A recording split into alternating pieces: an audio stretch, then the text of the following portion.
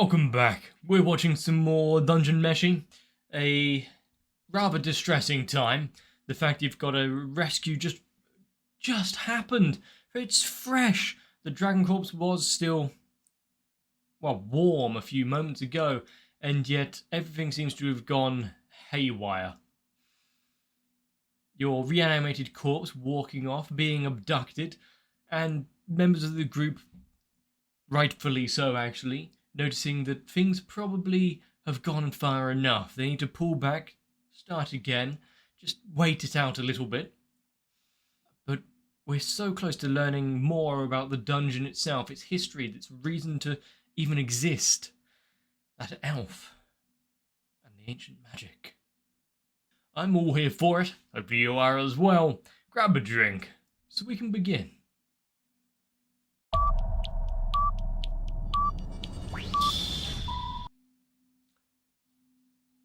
We've got a whole new intro. I guess this would be like the second core of this show. But I don't think it quite fits after what we have just witnessed with the previous few episodes. But I do like the pastel kind of relief.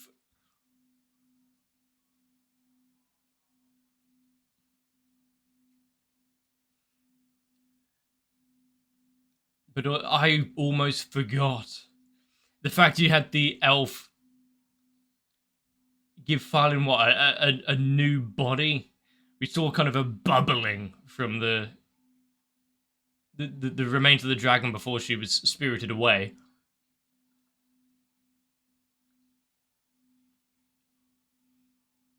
Was that a living armor amongst the crowd as well? I might need to pause it to see some of the faces kind of hidden amongst them. But they're having such a happy, fun journey, the four of them.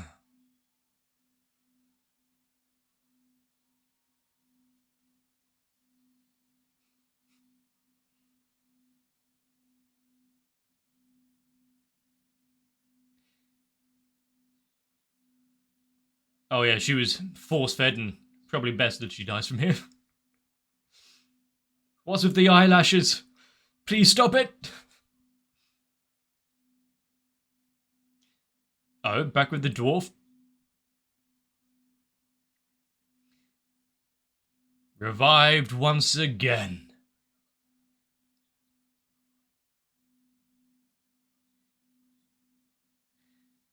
Transfusions are a little lackluster down here. They don't exactly carry blood sacks with them.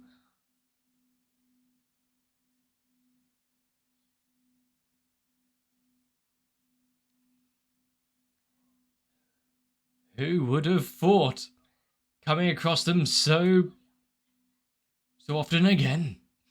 And the fact they're so gung-ho on the treasure, despite a substantial amount of it being their downfall earlier.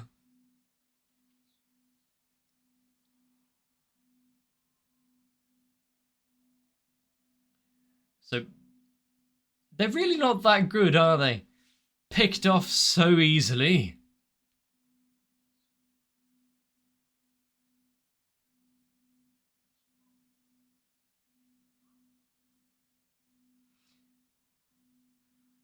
Is there a history amongst them? Does he recognize her?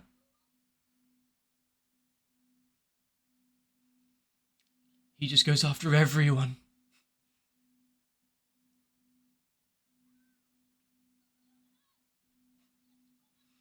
First they're gold, now they're food. I would laugh if some of them are related and they don't even know.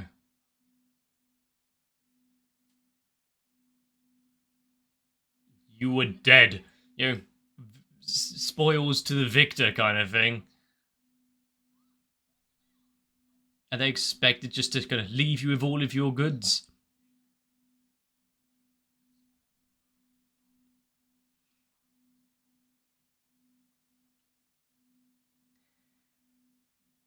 At least one of them amongst the group is some of them are slightly level-headed, even if they are hell-bent on remuneration, revenge.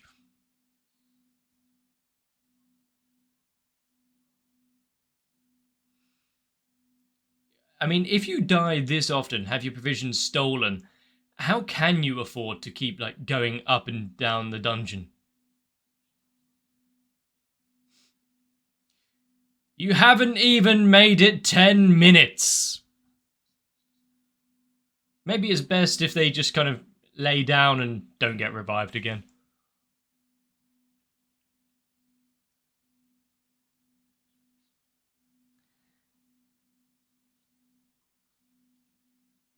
Are they... You know, I'm having a feeling as though this is an illusion. It's not a monster we've seen before. And the actions of each of them are kind of off, like they're just running away just then.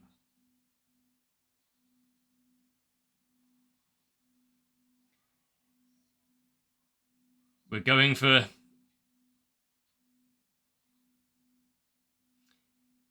We're going for a wrestling technique. Also, I think the hat kind of gave it away as well.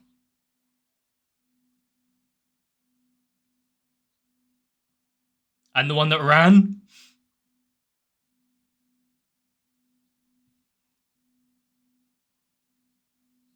Whatever is causing it. Ah, right. A magic user, yeah. Area of effect, big boom. I can think of a few. That was one of them. That was one of them. But in her view, she's just been kissed by a fishman.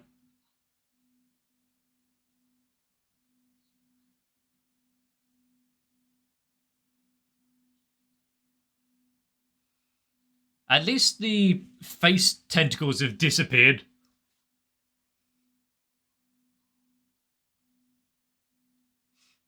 A blow straight to the snout. Useful. Same as sharks.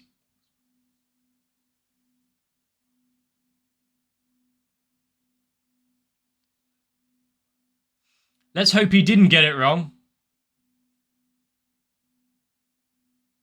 And we are revealed to see... Ah.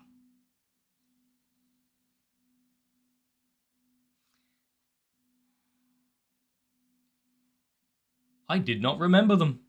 They left that little impression. I mean, they probably knew that they would be seeing them again, considering they already went down once.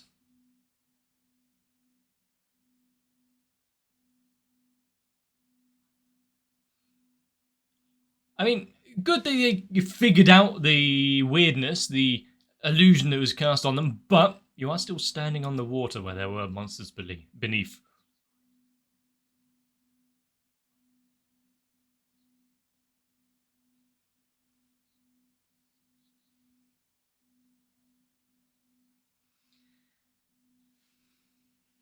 Then they could sweep in and take everything.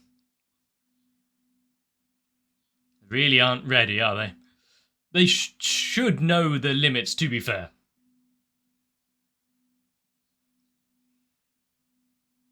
I mean, maybe you shouldn't be telling them that you'll be handing them over to the authorities before you're safe, but sure.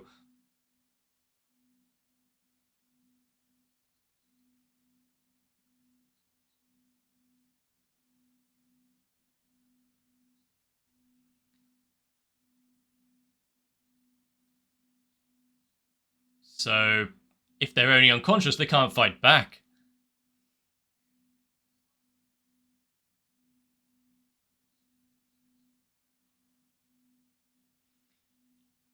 And this seems like an odd... there's massive loopholes there, though. Because you can form like a friendly relationship with other parties and kill each other to gain the resurrection stuff. Ooh, nice feint. Also, to get rid of the leader who is calling the shots there. Ooh, that's not an immediate death, but a slow internal bleeding. If that was a liver shot. Ah, true. You don't have to memorize a whole bunch of different monster biology to take them down.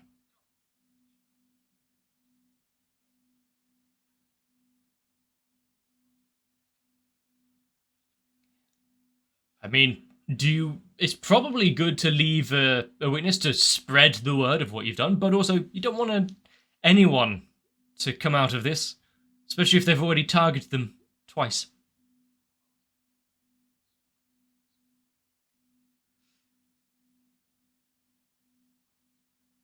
At least the denizens of this floor will be feasting well for a while.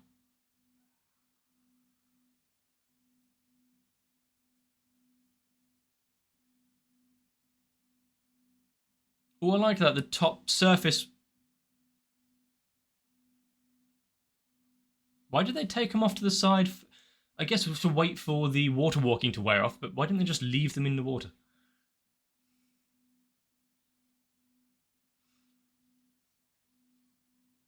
Just, yeah, pretend it didn't happen or years of therapy.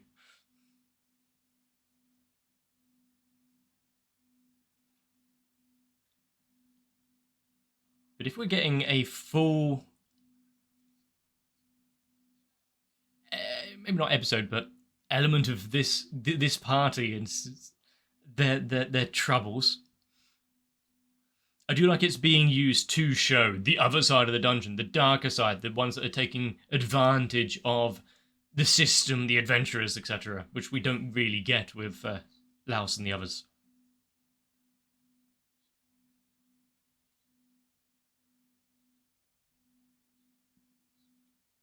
It's such an altruistic passion to be an adventurer, isn't it? Stop the curse and protect people that can't protect themselves.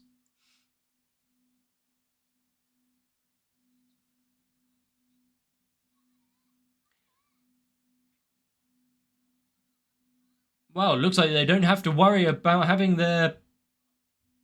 Excuse me. Can't you mitigate your lost treasure with whatever you've got here?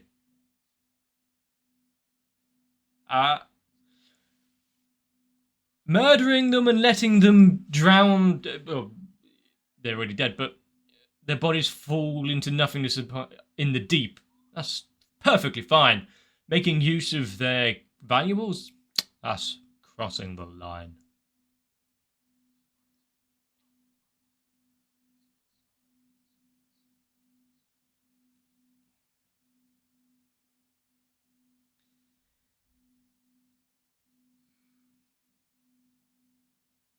Once again, it's all about who you know.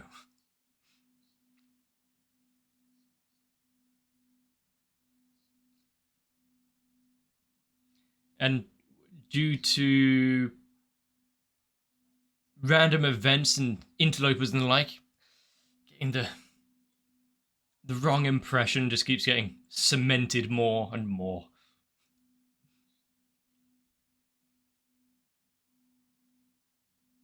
Do you know many parties like that?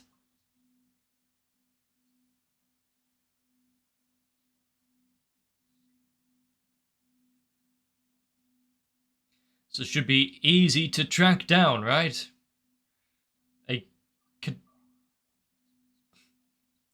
Oh yeah, those that are up there.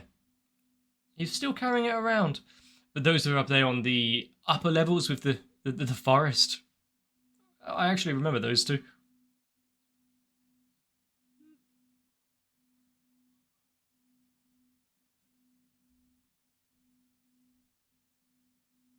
To have magic woven so finely upon a strand of hair. Do you have a yearbook? An idea of the past graduates? Why is he blushing?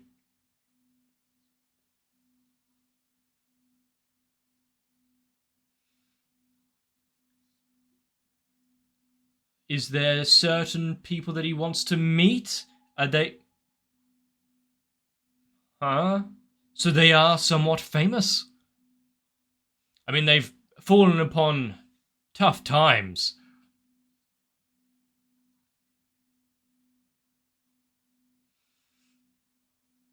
Maybe she passed on her magical knowledge.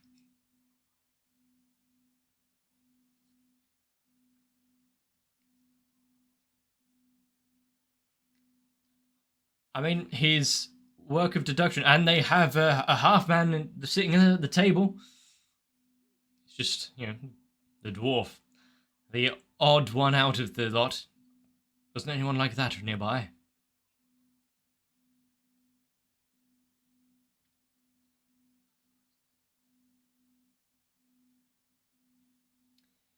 I mean, working it out, sure, he's done pretty well. He's hit the nail on the head several times, but also, it's a lot of guesswork and whatnot to come up with this.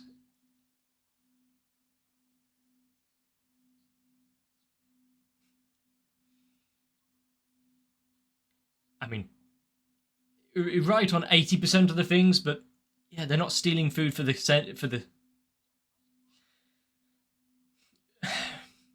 for the sake of it. They've got bigger sites.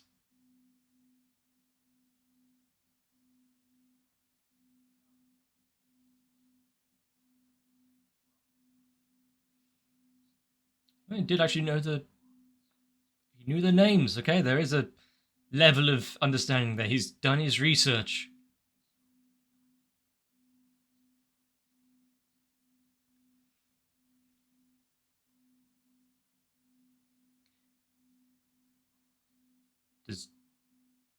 Is she a living legend as well?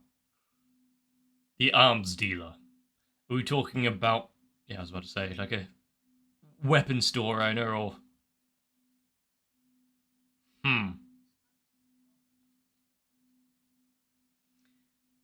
Understandable, especially why she was after so much money then. Why she would leave the party and take up work with the gnome.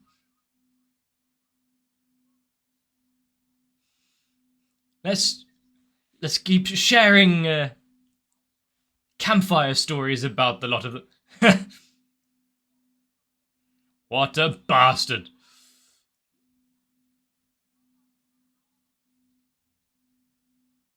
I mean, you are so much better than all of them.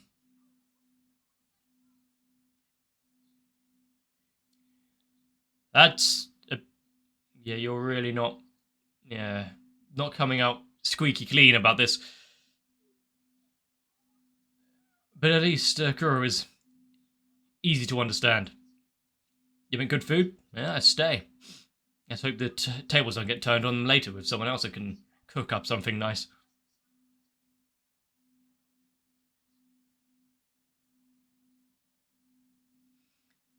I mean, we know that he fancied a bit of Laos's sister. Fallon was someone he kept his eye on. So there's one reason why he would join the party, but what has he been doing in the time since he left?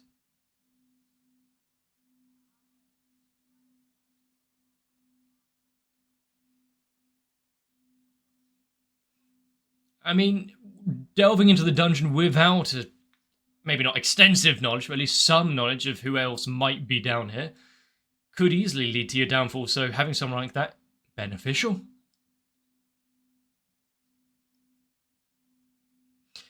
Let's just try and make sure you keep your heads and don't jump to conclusions or draw swords immediately.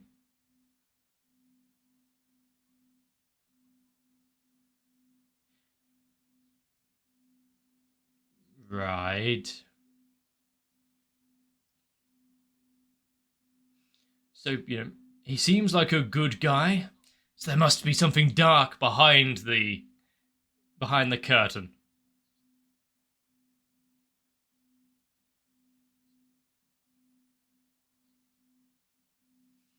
So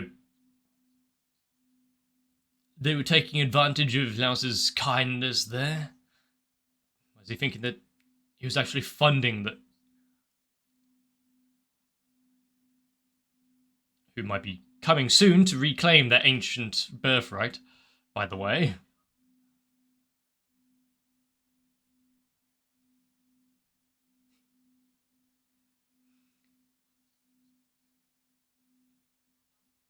I mean, you think you're better to inherit it? There's plenty amongst this group who immediately stand up as not really all too good.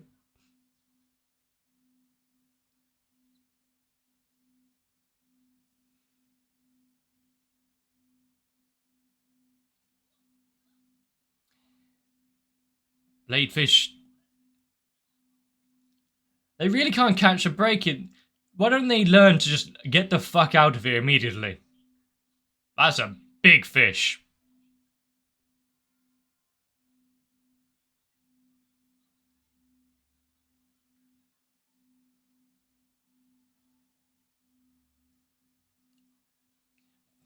But I was about to say, is he going to actually make sure what he's stabbing at through the water is the serpent?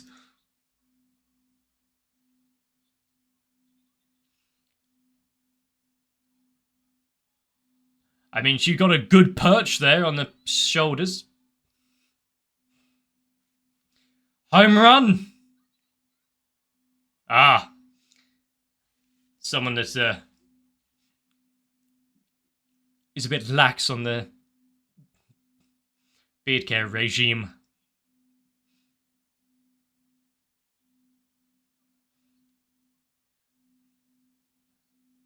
So he's got a lot of retainers that are trying to take care of him.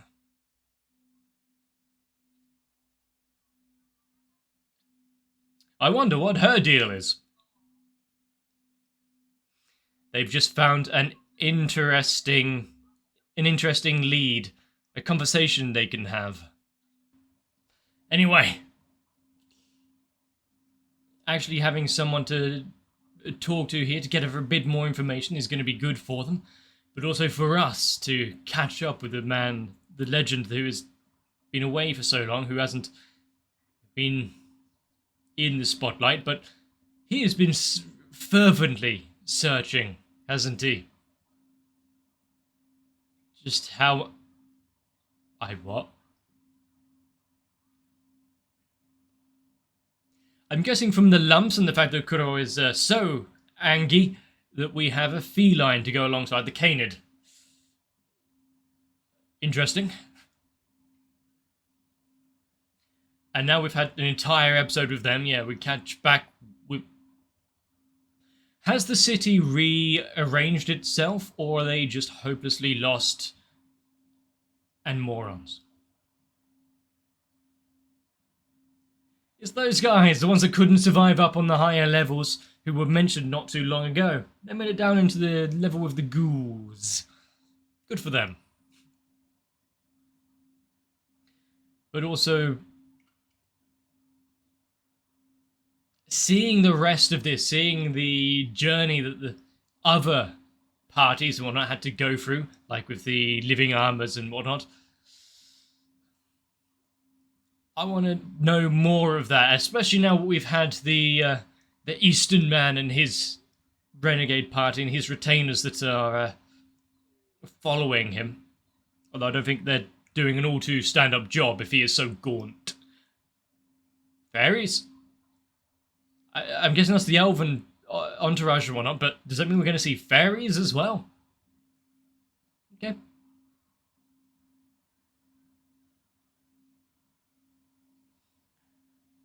And this is what I want more of, and what I've kind of was pleased about immediately with the treetop dungeon. Now you got entirely new, enjoying that cockatrice, but entirely new areas and elements to enjoy. Now an ice cavern with crystals like that. Grimoire. And I must say, having an episode, obviously after everything that we've seen, and I'm guessing this is coming back after a while, rather than dive straight back into the story, having an episode which focuses more on the kind of offshoots and extras that we haven't really spent much time with other than passing them as they lay sprawled out on the floor. I like it. Getting to have a bit more of a personification, a bit more exploration of their characters and who they are as people, while they pass judgment on those that stole their things, and rightfully so. I'd be kind of perturbed and annoyed as well. But, you know, law of the jungle out here, you're dead. If no one comes along to rescue you, all your shit just goes to waste. So yeah, you know, make use of it when you can. And after all, they didn't really steal all of your treasure. Chilchuck unknowingly tossed it over the edge.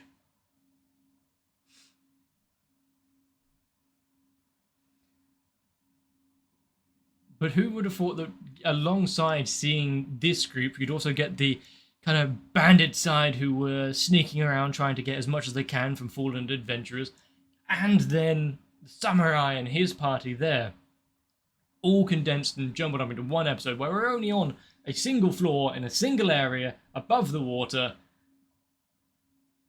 When will they learn the lesson to get the hell out of there? It's nothing but bad trouble, that place. But I do like Dungeon Meshi. I enjoy this return to it. Not that I spent any time away. And I'm interested to see where it goes in the future. What it means to take control of the dungeon and who deserves it. As well as that creepy book of ancient mysteries and magic, the grimoire of secrets that the elf had that was so prominent at the end there. We should be seeing a few interesting sights and magics and tales. Hopefully we're getting back to the struggles and lost expeditions of the party that we've been following for a while. Unless it's just going to be a joke for a bit that we're focusing elsewhere while they're still lost. To find out, we're going to have to watch a lot more, and I'm going to be here every step of the way. For the cooking, of course. Not that we got any of that. We had them eating some rations, sure, but that was it. An episode of Dungeon Meshi without the food? Impossible. Still, I liked the back and forth of the characters in this little party that we saw. The fact that you got that leader who seems so caught up on a lot of events and people and understandings of the intricacies. You know, he's been keeping an eye out while at the local tavern. He's not forgetting a face, the troubles therein, or the backstories that some people might have. It just seems as though Chilchuck got the short end of the stick there. He was the only one that he didn't actually recognise or remember, and only through second-hand retelling of a story that might or might not be entirely true, but he came off as a gold-wishing greedy bastard. So accurate.